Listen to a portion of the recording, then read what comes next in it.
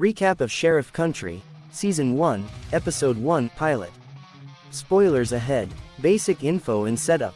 The show is a spin-off of Fire Country, created by Matt Lopez for CBS, and stars Morena Baccarin as Mickey Fox. The episode premiered on October 17, 2025.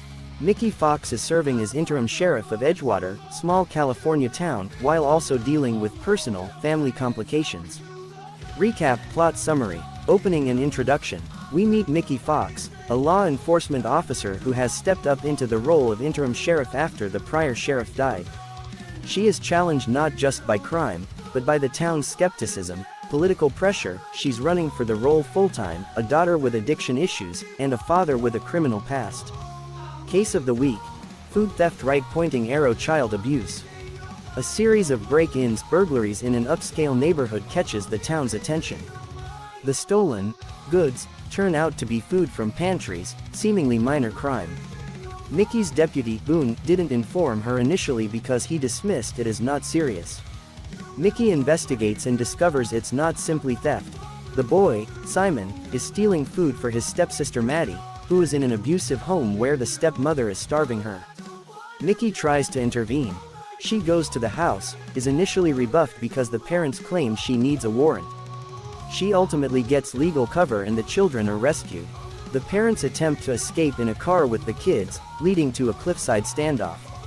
Mickey and her team manage to prevent tragedy. Personal and family subplots. Mickey's daughter Skye has recently become sober. However, her social, romantic life complicates things. She's involved with Brandon, a young man Mickey previously arrested for drug dealing. Skye's choices raise concern for Mickey. Mickey's father Wes is an ex-con who in his past ran an illegal pot operation. He moves in with Mickey in hopes of going legit and tries to help with Skye's recovery. But his involvement ends up complicating matters. Skye's boyfriend steals money from Wes' beehive stash, etc. Meanwhile, Mickey is running for sheriff, a campaign backed by community groups such as the Rotary Club, who are starting to question her experience after the break-ins and other issues. Also, her deputy Boone appears to be running for sheriff against her, or considering it, creating a tense dynamic. Climax and episode car touchdown. The break-in case escalates into the Cliffside Standoff. The parents with the kids attempt escape. The car veers near the edge. Mickey intervenes and saves the situation. On the personal front, Skye finds her boyfriend Brandon dead, stabbed, in his home. Skye claims she found him and tried to help, but her fingerprints on the murder weapon, and her presence at the scene, make Mickey worry this could jeopardize both her daughter and her campaign. Themes, significance and what it means. Duty versus personal life. Mickey's role as interim sheriff places her in a difficult spot, protecting her town, campaigning, while also being a mother with a troubled daughter and a father with a past. Power and trust in a small town. The show underscores how law enforcement in a small community is as much about relationships, reputation, and local politics as it is about solving crime. Hidden abuses and small crimes that lead to big revelations. What starts as just food stolen from a pantry turns into child abuse rescue and a high-stakes crisis. Family legacy and cycles of trouble. Mickey's father was involved in crime. Her daughter struggles with addiction. Mickey is trying to break those cycles. Ambition and its cost. Mickey's campaign for sheriff looms in the background and the episode suggests that her daughter's incident could threaten everything she's built. If you enjoyed this recap, subscribe to my YouTube channel for more recaps like this. A blood-stained knife. A mother who's also the sheriff. And one impossible question: what would you do if your daughter looked guilty of murder? That's how episode 2 of Sheriff Country opens, and it doesn't slow down for a second. Sheriff Mickey Fox, Morena Baccarin, is still finding her footing in Edgewater County. Crime's rising, trust is thin, and her daughter Skye has just clawed her way out of rehab. But life outside recovery quickly gets darker. Skye goes to visit her boyfriend Brandon, one last time before he's supposed to head back into treatment. She opens the door, and he's dead. Blood everywhere. Knife missing. Her fingerprints, all over it. But it's the next move that makes everything suspicious. Instead of dialing 911, Skye runs straight to her mother, the sheriff. You can almost see the professional mask sliding off Mickey's face when she realizes what her daughter's saying. Brandon's body. The blood. The knife. Now Mickey's two identities, mother-in-law enforcer, crash head-on. Brandon's family starts calling it a cover-up before the investigation even starts. And the detail that complicates everything. Brandon wasn't innocent either. Turns out Brandon had discovered something ugly. Skye's grandfather, Wes Fox, had stashed hidden cash inside old beehives behind the family house. Brandon tried to steal it.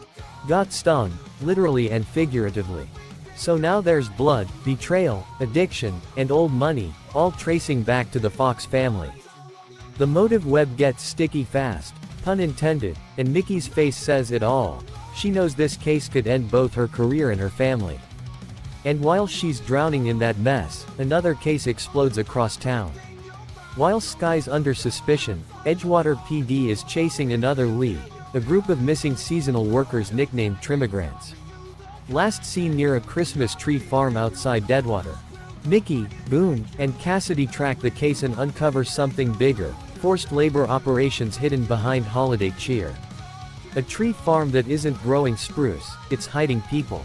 One escapee points them there with chilling clues: snow, and Santa Claus. Nikki gears up the raid. No backup, no rest, just raw nerve. Because while she's saving strangers, her own daughter's life is burning down back home. The sequence plays like an action short film. Red lights flashing through pine trees, shouting, cuffs snapping. Nikki charges in, rescues the captives, and neutralizes the traffickers. One suspect dies, two go down silently. It's a clear professional win. But the second she gets back, the press is waiting. Not to praise her success, to ask why her daughter hasn't been booked yet. Edgewater doesn't forget, and neither do Brandon's grieving relatives. Nikki steps onto the courthouse steps, and the whispers start. Conflict of interest. Cover up. Sheriff protecting her junkie daughter. You can feel it, that small-town suffocation where everyone knows your shame before you've even spoken it. Her deputy Boone tries to keep the department steady, but eyes are on Nikki's every move. The law feels less like justice and more like quicksand. And then someone unexpected shows up, someone with plans of their own. Nikki's ex-husband, Travis Fraley, returns, a lawyer, ready to claw their daughter out of jail. She hates that she needs his help, but she does. Meanwhile, her father Wes, the ex-dealer with a ledger full of sins, starts poking around the case, too. Maybe to help, maybe to cover his own past. Now we're not just asking who killed Brandon, but what the Fox family is hiding from each other. By the end of Firewall, the kidnapping victims are safe, sure, but nothing else is. Skye's still the main murder suspect. Nikki's badge is endangered by every decision she makes. And the whole community is ready to turn on her if one mistake surfaces. The episode fades out on tension, not relief. You feel the weight. Nikki's forced to uphold the law while the law threatens her own blood. And that's where the show's brilliance hits, two wins that still feel like a loss. What Firewall nails is dual pressure. The procedural high stakes of a sheriff chasing kidnappers, and the personal nightmare of a mother watching her daughter crumble. Edgewater itself becomes a character, quiet, judgmental, dangerous underneath the calm. The script keeps its realism grounded. Addiction, family loyalty, and justice tangled so tightly you can't tell which is which. The question now isn't who killed Brandon, it's how far Nikki will go before she breaks. Because every firewall fails eventually. Subscribe to my YouTube channel or follow so you don't miss what happens in episode 3, when Edgewater learns what protect and serve really costs. Recap of Sheriff Country, Season 1, Episode 3, Sheriff Country S1E3, The Sixth Man, in English. Spoilers ahead. Basic setup and context. Episode title, The Sixth Man. Air date, October 31st, 2025. The series focuses on Sheriff Mickey Fox, played by Morena Baccarin, who is Sheriff of Edgewater, balancing law enforcement duties, family complexities, her daughter Skye, her ex-husband, her father, and the town's scrutiny. Episode 3 builds on earlier episodes. In Episode 2, Skye's connection to a murder case deepens, and now the town's confidence in Nikki is fragile. Plot summary. Opening in the Heist. The episode opens with a bold daylight heist in Edgewater, an armored truck robbery in broad daylight involving multiple disguised shooters in white overalls and masks. The scenario is deceptive. 5 men act as decoys while a 6th man, silent and masked, executes the real theft. During the robbery, the security guard is sprayed with blue paint blinding his vision, and when he fires, he accidentally shoots a pedestrian, Heather Franklin, who coincidentally is an old high school friend of Nikki.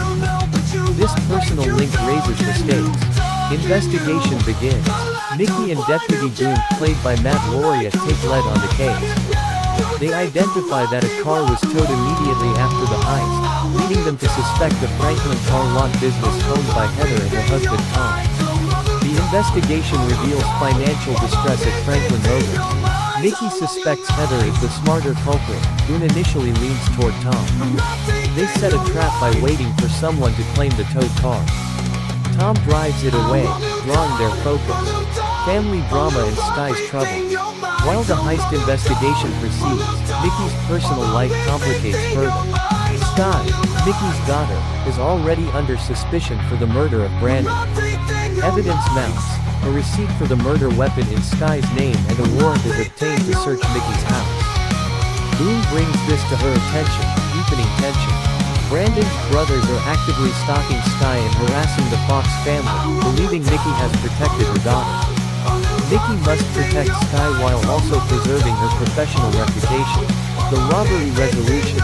Nikki and Boone pursue a strategy of turning Heather and Tom Franklin against each other by hinting that the other intends to run off with the money. This psychological ploy works. Tom confesses his involvement and shows the stolen cash. Both he and Heather are arrested for the heist. The felon initially detained for the case is revealed to be not a felon at all but a DEA official who happens to be dating Nikki, another personal complication for her.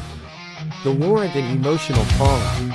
The execution of a search warrant for Nikki's residence intensifies the personal-professional conflict. Boone is legally staking out Nikki's home, discovering the knife receipt tied to Skye. The atmosphere in the station and town shifts. People are doubting Nikki's impartiality.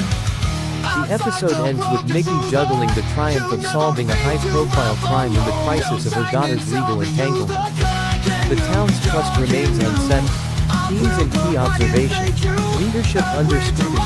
Nikki's leadership is not just about solving crimes, it's about maintaining public faith while managing personal stakes.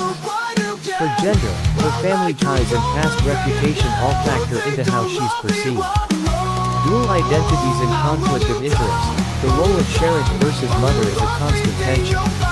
When investigations touch her daughter, her objectivity is questioned. Small town dynamics.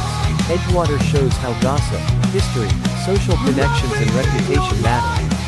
An armored truck robbery is still personal when the victim is your high school peer. Manipulation of evidence and psychology.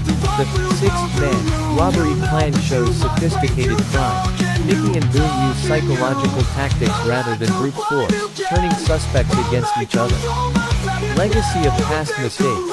Skye's past addiction, relationship with Brandon, and now the murder investigation create ripple effects that threaten Nikki's career and family. My take, summary thoughts. Episode 3 of Sheriff Country is a strong mix of procedural and character drama. The heist provides a compelling weekly case, but the real hook remains Nikki's journey, balancing duty, motherhood, public expectation and personal guilt.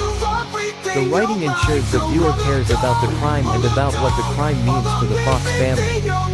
The 6th man motif works both as the mystery of the robbery and as a metaphor for hidden forces in Nikki's life, untold secrets, untrusted relationships, the unseen suspect in her own home. Recap of Sheriff Country, Season 1, Episode 4, Out of Office, in English. Major spoilers ahead. Basic setup and context. Episode title, Out of Office. Air date, November 7, 2025, on CBS. Key characters. Nikki Fox Morena Baccarin, Sheriff of Edgewater, juggling her duties and protecting her family. Skye Fraley, Nikki's daughter, newly sober, whose past and associations keep causing trouble. Travis Fraley, Skye's father and Nikki's ex-husband. Nathan Boone, Matt Laureate deputy who remains loyal to Mickey even as the department shifts. Alec Dawson, undercover DEA agent and Mickey's romantic interest, whose cover is at risk. At this point in the series, Mickey is already under pressure. Her daughter is a suspect in a murder of Brandon, the town's trust is shaky, and the department's politics are complicated. Episode 4 escalates everything. Recap plot summary. Opening and the turning point. The episode opens with Skye's confession. She admits she purchased the knife used in Brandon's murder, just as the warrant to search the Fraley Fox home is executed. The district attorney swoops in, takes over the investigation, and removes Mickey's department from the case. Mickey is suspended or placed on administrative leave as sheriff and forced to step down. Mickey's off-the-books investigation. Refusing to be sidelined, Mickey uses her paid leave to launch a private investigation into Brandon's death. She begins by visiting Brandon's mother, learning that Brandon had been acting strangely and had distanced himself from friends. A key clue, a hidden burner phone in Brandon's car with Skye's cousin Ricky's number on it. Knowing conventional channels won't help, Mickey digs into the evidence locker and obtains clues tied to a drug network. She eventually locates the real murderer, a violent dealer named Adrian Smith. In a tense confrontation, Mickey fights Smith alone, Daredevil style. When the fight turns deadly, Alec Dawson breaks cover, intervenes, and shoots Smith to save Mickey. Interpersonal fallout and loyalty tests. Meanwhile, the department is in upheaval. Boone catches Mickey sneaking into the evidence room. Instead of arresting her, he quietly supports her mission, demonstrating his loyalty. Travis Fraley visits Skye, bringing clothes and offering help. Their conversation reveals the fractured family dynamic and how much Mickey often keeps to herself. Skye, now with the lyric book of Brandon returned to his mother as a peace offering, is reluctantly drawn into the case's resolution and the truth about her cousin Ricky's involvement. Climax and aftermath. With Smith dead and the murder weapon found in his possession, the case begins to shift. Skye's charges are dropped or at least the DA's case weakens. Mickey is vindicated, though not officially reinstated. The episode ends with a moment of uneasy calm. Mickey returns to work, but the damage done to trust in her and from her remains. Alec's cover is blown, Boone contemplates leaving, and the Fox Fraley family remains fragile. Themes and key observations. Duty versus family. Mickey must choose between her role as sheriff and her role as mother. Her stepping down is symbolic of that struggle. Justice through the system versus outside it. The institutional investigation fails. Mickey's off-the-books work delivers results, questioning how justice is achieved. Secrets and lies. Skye's hidden connection, knife purchase, cousin Ricky's involvement underpins much of the conflict. Loyalty and betrayal.